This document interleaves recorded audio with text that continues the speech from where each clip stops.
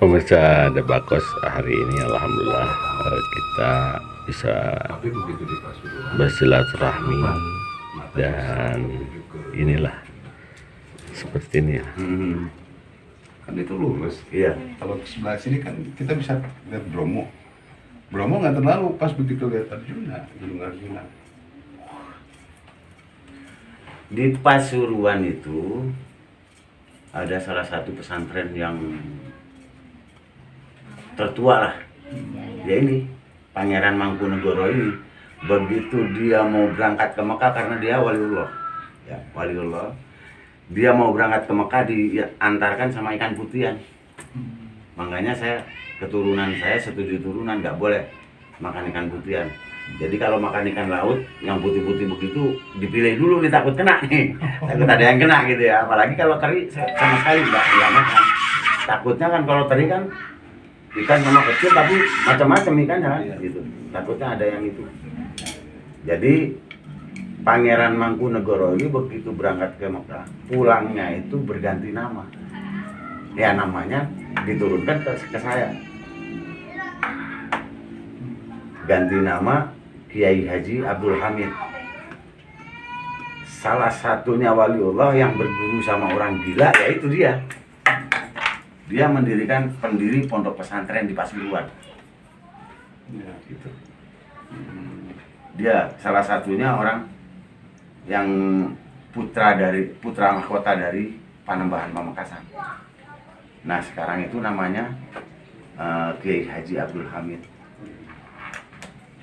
Jadi dia mencari guru, ketemu di Kendal Semarang. Dia berguru sama orang gila itu. Jadi si orang gila ini begitu ketemu sama gurunya, sama ketemu bawa wali Allah, dia mau minta dipendekkan umur, langsung meninggal di situ. Orang gila. Padahal orang gila itu bukan semata-mata gila, dia gurunya para wali. Gurunya para wali itu orang gila itu. Ternyata, waduh, kewalian saya sudah ketahuan sama manusia katanya kan. Akhirnya dia minta dipendekkan umur, meninggal. Nah, berbicara dengan Kiai Haji Abdul Hamid ini, waktu saya dikandung sama ibu saya, mengandung saya 4 bulan, semenjak dikasihnya nyawanya manusia kan di usia 4 bulan kandungan. Kalau anak kamu ini lahir, kasih nama saya, karena dia yang akan mendapat warisan dari saya. Cuman nggak tahu kapan. Ini masih belum ada, gitu kan. Memang sudah dibawa nih tempatnya ini ambil sama kamu udah waktunya. Tapi hati saya nolak. Hati saya nolak karena belum pas gitu, takut sama diri sendiri gitu. Takut sama diri sendiri. Karena kelakuan intinya itu. Tadi ada satu hal yang menarik kalau buat saya. Sementara kalau mereka datang ke sini kan gelar dari semua itu hilang.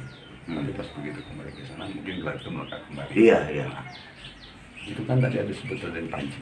Iya. Apa gelar itu sama semua itu Raden Panji menurut satu keturunan? Sama semua. Iya. Nah, pokoknya ada RT. Ya. Karena begini, bapak saya keturunan dari kerajaan, ibu saya juga keturunan dari kerajaan. Kalau bapak saya gelarnya Raden Panji, ibu saya Raden Ajeng. Gitu. Termasuk ke Raden Ajeng Kartini itu masih ada titisan. Gitu. Jadi itu semua dari atas sampai ke bawah itu Raden Panji semua. Gitu. Tapi kalau udah rajanya, nah, kalau rajanya ini pangeran. itu mah gelar bangsawan gitu ya. Iya, gelar bangsawan. Itu gelar bangsawan. Darah biru lah. Jadi kalau yang rajanya pangeran, model pangeran Diponegoro kan, pangeran Adiningrat, pangeran Surya Adiningrat, itu raja-raja semua. Iya. Gitu. Tapi kalau untuk keturunannya Raden Panji. Kalau yang laki-laki Raden Panji, yang perempuan Raden Ajeng. Gitu. Di situ. Jadi kalau yang seperti itu biasanya yang bisa menceritakan cuma keturunan. Kalau bukan keturunan soalnya nggak tahu asal usulnya di mana kan gitu kan. Iya.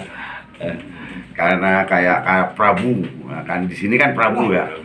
Prabu Siliwangi. Terus di sana di Jawa Timur makanya nyambung ini, di sana itu Prabu juga, bukan pangeran. Prabu Kartanegara, Prabu Brawijaya kan Prabu semua, itu raja. Ibaratnya kalau di ini gubernur, kalau gelar pangeran itu kabupaten, gitu. Kan ada kalau zaman dulu ada gubernur, ada apa ini Kawedanan, ya dulu kan. Kawedanan, terus ada juga kabupaten. Kalau yang disebut kabupaten itu ya adipati. Adipati gitu. Itu adipatinya Bangkalan gitu.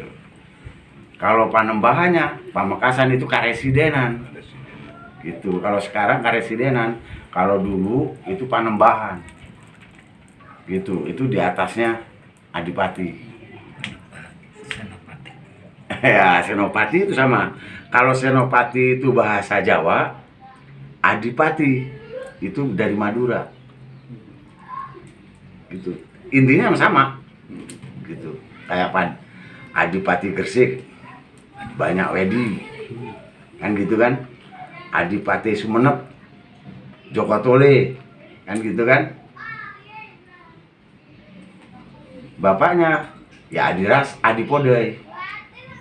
Bapaknya Joko Tole itu Adipodoi. Adipodoi ini mempunyai saudara namanya Adirasa yang bertapa di pucuk alang-alang.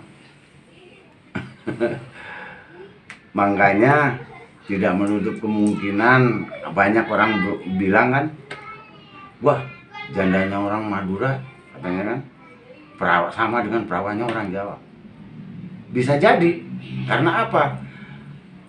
Di zaman dulu yang belum dijelajahi, belum dirasain istilahnya, yang bukan ngomong jorok, belum dirasain sama Dempu Awang, cuman Madura.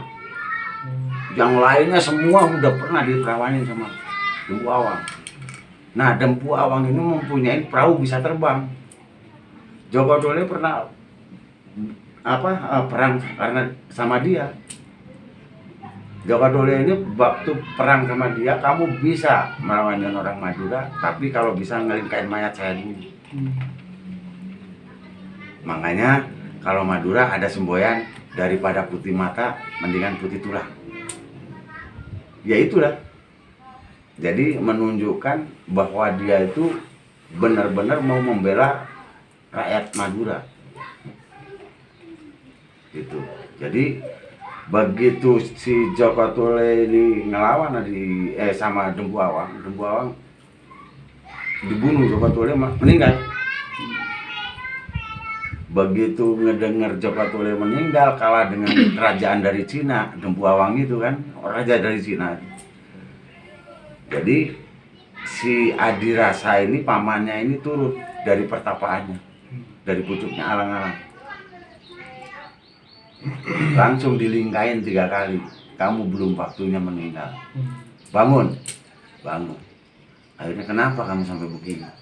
Saya dibunuh sama yang namanya Dempu Awang, raja dari Cina. Dia sangat sakti, mempunyai perahu bisa terbang. Jadi saya tidak bisa mengejar. Gitu. Akhirnya ya udah.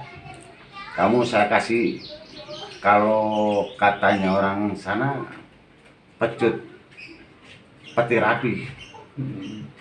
cemeti. Cemeti pecut api. Makanya di Madura sekarang yang di ini kan dijual-jual itu kan lambangnya pecut terus, semua pecut di ini.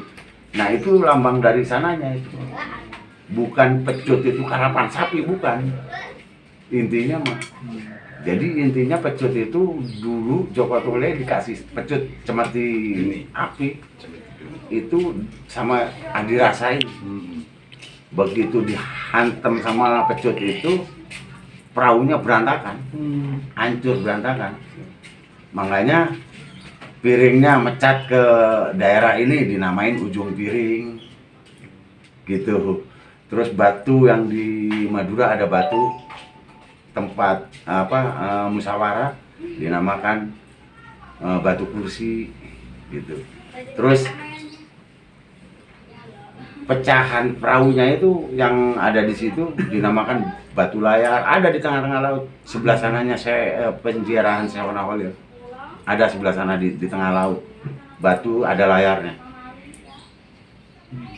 Itu pecahan perahunya Dembuawang gitu. Makanya kesini ya ke bapak saya juga larinya gitu. Makanya di Sumenep ada lambang kuda terbang karena pamannya ini menjadi kuda terbang ngejar perahu itu gitu. Pangeran Adirasa. Iya, Pangeran Adirasa itu tadi. Nah adiknya Joko Tole menjadi adipati di Gresik, namanya Banyak Wedi. Kalau banyak kan kalau katanya orang sana kan Soang. Makanya di Selat Madura itu setiap beduk Jumat kadang-kadang suka timbul soang. Nah kalau udah timbul soang itu akan terjadi bencana. Udah bakalan terjadi bencana. Ada aja kapal yang tenggelam. Gitu ciri-cirinya di sana. Jadi kenapa saya bisa bercerita seperti itu karena cerita ini juga dari nenek saya. Dari nenek saya ke bapak saya. Bapak saya mungkin ke saya kan itu diceritain anak-anaknya. Gitu. Makanya tidak akan meleset karena kita masih keturunannya gitu kan. Gitu lah. Mantap gitu, Bang.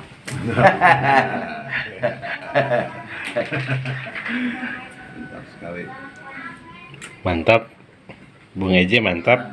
Pemirsa di Bangkos, cerita legenda yang ada di Madura sungguh menarik untuk kita terus telusuri. Maka mungkin kita perlu memediasi beberapa tokoh yang insya Allah akan dibantu Kang Anjar pada siang hari ini. Amin.